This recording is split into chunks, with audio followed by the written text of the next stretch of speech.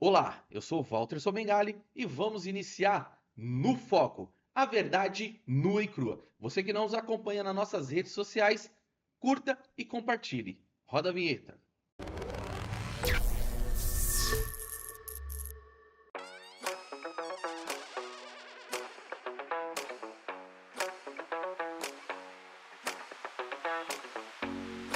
Olá, eu sou o Walter Somengali e vamos iniciar no Foco, a verdade nua e crua. Eu sou um homem branco, tô com uma camiseta preta, tenho barbas, olhos claros, cabelo escuro, né? Tô com o microfone aqui na minha frente, né? Tô sentado numa cadeira game e tem aqui no Foco, né, estúdio. Hoje o nosso entrevistado é Anísio Clementino, mais conhecido, né, por Anísio do Cordel. Já dá para ver pela característica, né? É um ativista, né, cultural e artista dedicado a sua vida à transformação social. Nascido em Bocaína, Piauí, ele chegou a São Caetano em 1972, né, e construiu a sua vida na cidade. Com uma trajetória profissional marcada pelo trabalho na área cultural, ele defende a importância de investir em políticas que fortaleçam a cultura em São Caetano, principalmente nos bairros mais carentes, com a implementação das casas de cultura. Anísio acredita que a arte é uma ferramenta de transformação essencial e que é essencial, né, preservar a cultura popular, incentivar a produção de cultura na cidade. Anísio, seja bem-vindo aqui ao nosso No Foco, a Verdade Nua e Crua. Fica à vontade. Olha, eu me chamo Anísio Clementino, eu sou de Bocaina, Piauí. Eu, como muitos conterrâneos, lá naquele sertão, naquela época minha da infância, quando a gente nascia, não era registrado. Esperava, a mortalidade infantil era muito grande, então esperava ver se vingava, se a criança realmente ia escapar da mortalidade infantil. Escapando da mortalidade infantil, aí viria o registro. Isso os pais iam deixando para lá. Eu foi quem me registrei aos 14 anos de idade e como eu fui me registrar, eu botei a idade que eu queria. Eu passei a ter 18 anos. Sério, Anísio? Tirei o registro com 18 anos e aí vim embora para São Paulo. Mas isso era comum acontecer lá de não ter o Isso era registro? muito, é normal. Hum. Hoje é menos comum, mas Então, naquele período, ainda acontece. naquele período já era mais difícil, né? As questões de registro, essas coisas, né? Não, não é só que era mais difícil, existia mesmo uma orientação política, porque senão a mortalidade infantil, que era de 90%, ia assustar o mundo. Anísio, você não fez a sua descrição para quem, né? Faça a sua descrição para gente, por Olha, favor. eu sou um homem branco, que já estou de barba branca, uso um chapéu de couro típico da região do Nordeste do Piauí, moro em São Caetano, me dedico à cultura, faço muito cordel, recito cordel por todas as casas, os bares e casas de cultura, teatros, né? São Legal. Caetano é uma cidade que não tem casa de cultura. O que tem lá são teatros, casas fechadas. E quando tem um evento, o aniversário da cidade, contrata-se pessoas que vêm lá e faz um show e vai embora. Legal. Não tem um grupo produtor de arte, de cultura, de eventos, de show. Então, eu, Anísio, com essa característica nordestina, que aprendi cordel para me alfabetizar. Eu fui alfabetizado pelo cordel. Legal isso aí. Lá no Nordeste, naquela época, que sem escola, sem nada, a gente era alfabetizado para decorar versos, para aprender a divertir as pessoas cantando os cordéis, os versos. E eu me dediquei muito cedo a aprender a ler o cordel para poder facilitar a cantar os versos só através do cordel.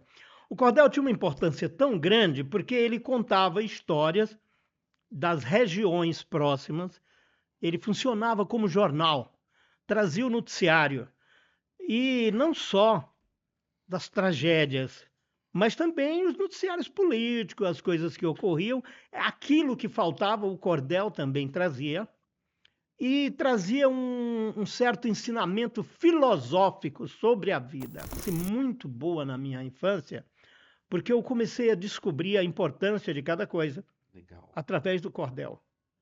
As orientações que o meu pai passava era muitas vezes se encontrava no cordel. E aí eu via muito mais verdade no E o cordel. cordel, ele tem essa questão cultural de também, né, manifestar a cultura, né, popular do Nordeste, né, e fazer essas críticas sociais, né? Com Então, ele certeza. vem carregado, né, de críticas sociais, né, interessantíssima. E aí, já pegando esse gancho, Anísio, eu queria que você, né, recitasse um cordel pra gente. Olha, eu vou recitar só uma estrofe para não gastar muito seu tempo, Não, mas eu vou ó, falar de um ó, nós outro. estamos aqui no seu tempo. Eu quero explorar o máximo dessa cultura, dessa conversa, né? Então aqui é o momento de eu conhecer o Anísio e tá enraizado no Anísio a questão do cordel. Então quando eu te vejo assim, eu, né, olho pro Nordeste e falo, meu, né, lugar maravilhoso, né? Então nós estamos aqui para poder, né, deixa o tempo nos levar que a gente vai, né, chegar num bom conteúdo. Ultimamente, tenho um cordel que eu recito bastante, por conta que ele traz uma clareza sobre a questão econômica e sobre a vida. Ele é assim: se o final é normal, para que correr? Se morrer é ruim, mas é comum. Se o caixão vai levar de um em um e o dinheiro não pode socorrer. Eu só quero bastante para viver, para comer, para vestir, para morar, mesmo sendo pouquinho se não faltar. Eu só quero esse tanto todo dia, e para que tanta ganância e correria, se ninguém veio aqui para ficar? Todo homem, podendo, deve ter moradia, saúde e alimento, um pouquinho também de investimento que um dia ele pode adoecer. Necessita também de algum lazer para o corpo cansado descansar, mas tem gente que só pensa em enricar, não descansa de noite nem de dia. E para que tanta ganância e correria, se ninguém veio aqui para ficar? Para que tanta ganância por poder exibir a fortuna adquirida, se o que a gente ganhar durante a vida é preciso deixar quando morrer? É que na cova não tem como caber, no caixão ninguém tem como levar, lá no céu não tem banco para guardar o que o morto juntou quando vivia. E para que tanta ganância e correria, se ninguém veio aqui para ficar? Essa vida da gente se encerra e muita gente esquece com certeza, e é por isso, pensando na riqueza, que alguns loucos estão fazendo guerra. O pior é que brigam pela terra para depois nela mesma se enterrar. Toda essa riqueza vai ficar. Só o morto é que vai para a terra fria. E para que tanta ganância e correria, se ninguém veio aqui para ficar? Para que tanta ganância e ambição, se essa vida é bastante passageira, tudo finda num monte de poeira, na mortalha, na cova e no caixão. Ninguém pode pedir prorrogação quando o jogo da vida terminar, a não ser uma vela para queimar. O destino é partir de mão vazia. E para que tanta ganância e correria, se ninguém veio aqui para ficar? A ganância infeliz, desenfreada, deixa o mundo sem paz e sem sossego, pois tem gente com mais de um emprego e muita gente morrendo sem ter nada. Essa nossa vida é emprestada. Qualquer dia o universo vem buscar. Cada vida que a morte carregar, ninguém pode tirar a segunda via. E para que tanta ganância e correria, se ninguém veio aqui para ficar? Este cordel, ele é muito importante. Palmas, palmas para esse cordel. Que, cara, que mensagem, que mensagem. Nós poderíamos terminar aqui, né? Já tinha o Que já conteúdo. tinha conteúdo, Pra gente gerar para gerações. Mas, E, Walter, Anselmo, eu quero te muito contar show. também uma história do Nordeste, que aqui agora a gente vive de vez em quando o contrário daquilo, que é o Nordeste sempre padeceu de seca. Uhum, A seca do Nordeste, eu nasci numa época de muita seca.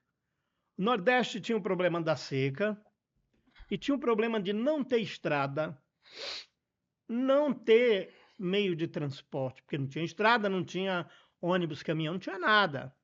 Quando vinha a seca, as pessoas morriam de fome porque, às vezes, no estado próximo, que nem, digamos, chegando em Minas já tinha bastante, mas era longe, até a pessoa chegar ali, ele morria de fome.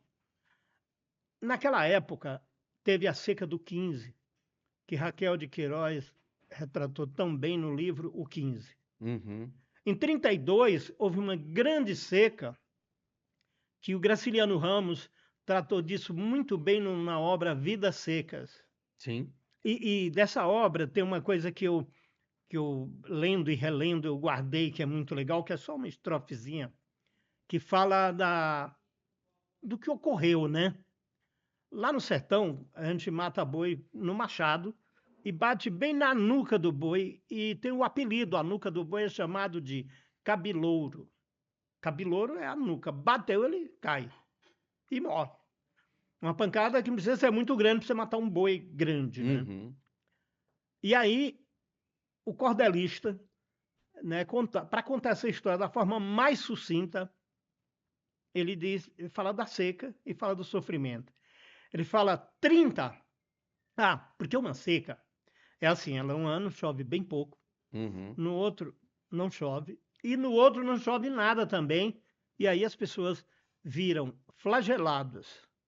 Lá no 15 de Raquel de Queiroz eram retirantes. uhum, Na seca de 32, lá no Vida Seca de Graciliano Ramos, era os flagelados, uhum. né? Os flagelados da seca. E ele conta essa história assim: 30 deu uma pancada em cima do cabilouro, 31 veio e sangrou, 32 tirou o couro. Quem escapou dessa vez para alcançar 33 já foi com cara de choro. Quer dizer, o cara, em 33 choveu e aí todo mundo, quem escapou até ali, Hum. estava salvo. Esses cordéis, eles são colocados para as pessoas como verdade do que ocorreu e de um passado recente e Uhum, até das coisas que estão ocorrendo no momento. sim. Então, é muito comum. Eu acabei de fazer um cordel, uma carta aberta ao grupo Redemoinho, contando a minha história no grupo, e no final do ano a gente costuma fazer uma cartinha, eu fiz em cordel. Mas tem também a história de Brasília, que é cordel que surge no meio da história. Quando o Juscelino idealizou Brasília, chamou os nordestinos que estavam lá em época de seca, 58 foi uma seca muito brava, chamou aquele pessoal para construir Brasília. E quem veio para Brasília, veio só os homens. Os velhos e as mulheres ficaram. Ficaram. Os homens de força de trabalho. Os idosos são homens também. Mas não está na época do trabalho, ficaram lá cuidando das Do mulheres. gado, das coisas. Das coisas. E quando chegou em Brasília, aquele agrupamento ganhou logo o nome de candangos. Eram os candangos que iam construir Brasília. Rapaz, aquele monte de homem, só homem. Quando chegava no final de semana, no meio daquela humarada vinham uns cordelistas, uns sanfoneiros, que, para Hum, se divertir, ficavam ali, tocavam sanfona, faziam forró, só com homens. E logo o cordelista viu aquilo e achou um tanto estranho estranho. e mandou um recadinho para os companheiros, os nossos conterrâneos do Nordeste que quisessem vir para Brasília. E fez esse cordelzinho assim: quem quiser vir para Brasília pode vir, que se dá bem. Arrume os seus cacarecos e traga um xodó também. Esse conselho é para os homens, porque mulher lá não tem. Era o cordel do Do momento. momento. E é muito Legal. interessante essas coisas do cordel, né? O cordel tem essa capacidade. Eu fui alfabetizado pelo cordel. Bacana. Aprendi a ler e a pensar com o cordel. Show. Mas o meu pai, ele tinha uma preocupação, ele contratou um professor e pôs para dar aula em casa para ensinar a ler e escrever e fazer as 4 operações de conta. Uhum. Eu cheguei em São Paulo com 14 anos, analfabeto, porque eu não tinha nenhum ano de estudo. Eu aprendi a ler e escrever e eu não tinha como. Eu fui na escola com 14 anos, que ano você vai? Cadê a sua matrícula? Não, Sim. não, Não tem. não tem. Fazer o primeiro ano. Você tem 14 anos, para primeiro ano tá velho, não sei o que lá. Eu encontrei um colégio em São Bernardo, um colégio de japonês, o Mizuno, e uma japonesa mandou eu fazer um teste se eu sabia ler e escrever e tal, para ela me matricular no segundo ano, pelo menos. Uhum. E aí eu fiz o teste e ela me matriculou no segundo ano. Daí 2 meses, ela achou que eu estava indo muito bem, fez Nossa, outro teste e eu fui para o terceiro ano. No final do ano eu tinha concluído o primário. já tinha feito a primeira, segunda, terceira até a oitava. Não, até a quarta. Até a Naquele quarta. tempo era a A quarta. quarta. Era o ensino fundamental, era até a Até quarta. a Aí eu quarta. tinha que fazer uma admissão para o ginásio. Legal. E aí ela falou: agora você vai fazer um ginásio muito bem feito.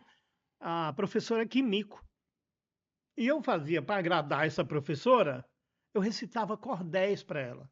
Ela adorava cordel. E eu tinha umas 3, 4 horas de cordel decorado. Quando ela tinha um tempinho, ela pedia para eu falar cordel. E eu agradava ela dessa forma. Anísio, quando terminar essa correria nossa, eu quero trazer você aqui pra gente gravar cordel e ter corte aí na internet até essas 4 horas ainda vão transformar aí em Em 100 horas em tem meses. meses de vídeo aí, tá? Lembra isso? Tá. Eu quero você de volta aqui no Foco pra gente poder. Eu ajudei muito a Kimiko a se divertir recitando cordel. E a Kimiko me treinando, me dando aula para eu passar na admissão. Aí eu passei na Legal. admissão. E aí, no curso, no ginásio, lá no Nordeste, que eu lia cordel e que eu aprendi a fazer isso, eu fiz algum movimento folclórico. Lá tinha os reisados, as coisas, como eu era muito atento a isso, eu entrei lá no folclore. No folclore, fazia risado, fazia eh, papel de dama, eu não tinha nenhum preconceito e Sim. tal. E deu muito certo lá. Aí quando eu cheguei aqui, que eu fui para o ginásio, eu tinha feito um primário corrido, mas aí eu me lembrei dos movimentos folclóricos. E quando eu entrei no ginásio, meu primeiro trabalho que me deram para fazer, eu pensei, eu digo, eu vou fazer uma pecinha de teatro, porque eu não tinha formação mais apurada, eu tinha conhecimento de literatura, que eu lia muito, e a Kimiko me incentivou a ler mais. Mas Paulo Freire, ele acerta quando ele fala que as pessoas elas têm o conhecimento de mundo dela e às vezes esse conhecimento de mundo é tão precioso quanto, né, o conhecimento didático, né, É, das matérias, das disciplinas, né? E você ali tinha aquele conteúdo riquíssimo culturalmente, aí né? no meu primeiro trabalho, quando a professora de português deu o trabalho, eu perguntei se eu podia fazer o trabalho em formato de teatro. E ela aceitou, achou meio estranho, mas Aí você topou. falou, bora. É. E aí eu convidei um grupinho lá e fizemos, montamos uma história trágica. Porque vamos lembrar aqui que eu cheguei em São Paulo nos anos de chumbo. 72 era braba A coisa. ditadura tava Nossa, pegando ali. tava pegando, não era para capar, era para matar. Aí, aí eu montei, eu peguei uma, assim, nós tinha 3 dias para apresentar o trabalho. Eu montei uma musiquinha do João Bosco, que é aquela lá, tá lá um corpo estendido no chão, a história é toda pronta. Aí a gente ia fazendo, ia cantando a musiquinha e ia fazendo a peça. Um corpo estendido no chão, uma baiana para vender pastel e um bom churrasco de gato. Nós montamos isso. Foi uma coisa assim muito boa para nós, que deu nota 10 no trabalho. Show. E a professora chamou num canto e falou: vamos fazer essa montagem um pouquinho melhor. e vamos apresentar aqui na escola. E aí eu comecei no teatro aqui em São Paulo. Legal. Nísio, vamos avançar um pouquinho aqui. Esteja à Eu vontade. tô muito feliz de ter você aqui com a gente. Já vou estender para você voltar aqui outras vezes para a gente poder Na hora que você ouvir quiser. mais. Eu quero, né, que você recite mais cordéis para a gente produzir aí bastante conteúdo para a gente poder divulgar essa cultura, né, maravilhosa, essa carga que você traz, né, esse semblante, né, de Piauí, do nordestino. Isso me enriquece muito, porque meus pais são nordestinos, né? Eu Ah, sou nordestino, então, né? A gente tem mais que valorizar, né, a nossa cultura e espalhar ela pelo Brasil, pelo mundo, que é uma cultura riquíssima. Você é de São Caetano e você está como pré-candidato a vereador, né? isso, E aí perfeito. eu queria, claro, né, eu sei a resposta, mas eu quero ouvir de você o que te motivou, né, a vir como pré-candidato, né, a vereador em São Caetano. Olha, na verdade, desde que surgiu o PT, eu sou um dos fundadores lá na cidade de São Caetano. Legal. E eu sempre trabalhei em campanhas políticas da companheirada.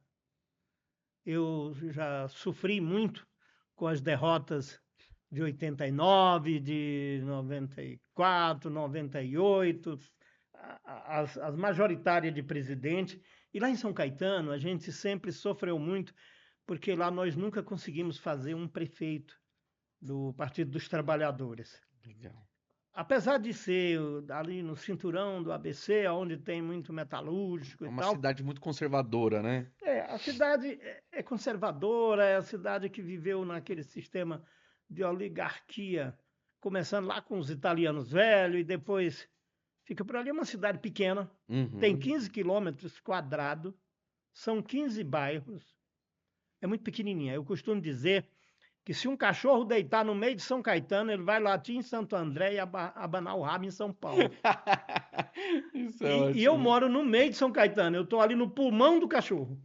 Porém, São Caetano é assim, é uma cidade que tem tudo para ter uma condição de vida muito melhor do que tem. Sim. Mas sabe como é que é? As oligarquias vão envelhecendo, ficando carcomidas, relaxadas e abandonam e tem aquele sistema que aí os italianos se parecem muito com o Nordeste, que são coronéis, dono da cidade. Mas eu já me sinto um dos donos da Donos da cidade. cidade. Eu moro ali, eu faço meus movimentos lá. Eu tive bar e eu fazia uma cena teatral uma vez por mês, uma cantoria uma vez por mês. Eu alegrava, eu mexia com o povo da cidade. E na hora de fazer a campanha política, eu fazia para o companheiro, porque eu estou muito envolvido com teatro, envolvido com a sobrevivência.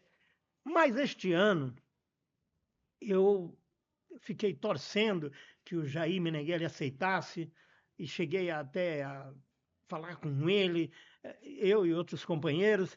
E aí, com o passar do tempo, a companheirada veio lá em casa e disse: Não, olha, você é dos antigos. Você tem que ajudar o partido nesse momento. O momento é difícil realmente, Uhum. porque nós estamos vivendo uma encruzilhada humanística e isso é muito difícil. Uhum.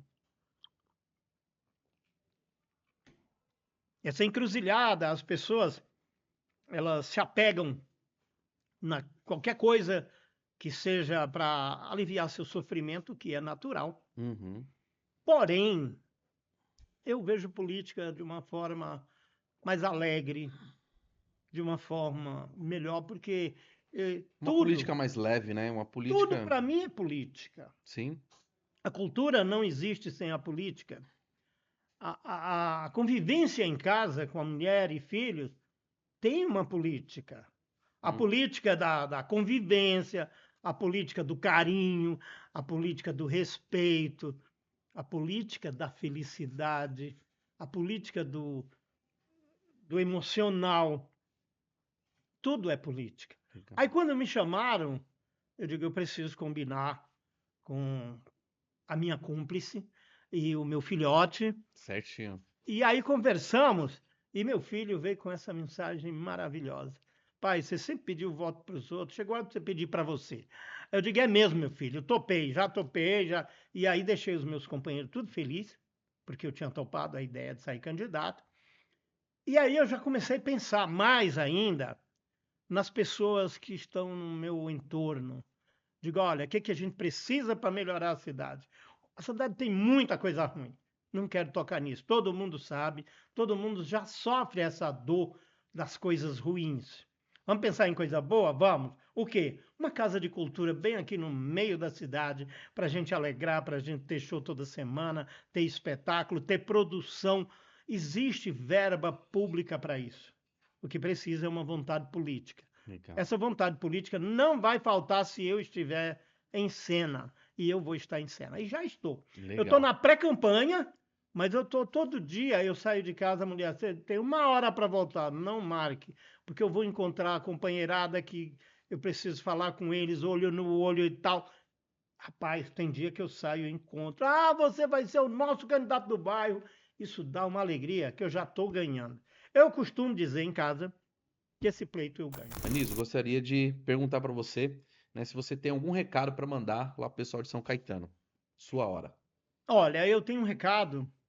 Eu vou aproveitar esse momento para mandar um recado alegre e musical e que tem assim o cerne da minha campanha.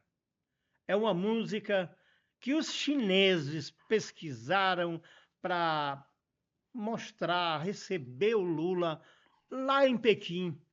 E eu gostaria muito que essa música faça parte da minha campanha. Aliás, eu estou com um violonista treinado para a gente sair cantando ela por aí. É assim: um novo tempo, apesar dos castigos. Estamos na luta, estamos na rua para nos socorrer, para nos socorrer. Um novo tempo, apesar dos perigos. Estamos em cena, quebrando as algemas. Estamos na rua para sobreviver, para sobreviver. Nós vamos transformar positivamente o bairro da Fundação, a Vila Prosperidade, o bairro de São José e, por consequência, toda a cidade, para todos os companheiros de São Caetano do Sul. Legal. Nísio, quero agradecer aqui a sua participação no Foco, né? Fiquei muito feliz de conhecer sua história, de ouvir os cordéis, né? E quero trazer novamente aqui um outro momento mais tranquilo para a gente poder, né, gravar uma tarde inteira aqui, né? E aprofundar essa história maravilhosa, divulgar para mais pessoas, né? Trazer mais pessoas para poder, né, recitar os cordéis, né? Enfim. Então, quero agradecer sua participação aqui, né? Fica à vontade de fazer as considerações finais. Muito obrigado pela sua generosidade. Eu estou muito feliz de estar aqui. Já conto isso como uma vitória, um ponto positivo. Obrigado. Eu que, quando eu cheguei em São Paulo, eu me adaptei às dificuldades de um sertanejo quando chega na cidade grande, né? O sofrimento, e principalmente vindo do norte. Eu sempre fui chamado de baiano, cabeça chata. Eu nunca dei muita bola, não, porque na verdade eu nem sou um cabeça chata e sou um piauiense, não um baiano. Mas eu não tenho nada contra os baianos e eu sempre achei a Bahia bem desenvolvida, boa. Olha, já fui promovido, eu era piauiense, agora já sou baiano. Eu achava isso para poder suportar a xenofobia, a discriminação. Eu levava por esse lado leve, alegre, porque é uma coisa interessante. E quando eu cheguei aqui, só para fechar, tinha uma música que eu nunca esqueço, ela era consolo nosso, conterrâneo lá do sertão, que era assim: São Paulo é terra boa, mas é de lascar o cano. Eu nasci no Piauí, só me chamam de baiano. Porque isso a gente carrega com a gente. Poxa, hoje eu não tenho, Sim. nunca tive na época, e Uhum. hoje a gente está vivendo uma condição melhor. Bacana. Olha, São Paulo era bom, mas está muito melhor. Show. E pode ficar melhor ainda, É eu isso aí. acredito. Anísio, obrigado. Esse foi No Foco, a verdade nua e crua, com Anísio Clementino, direto de São Caetano. Forte abraço a todos. Até o próximo No Foco.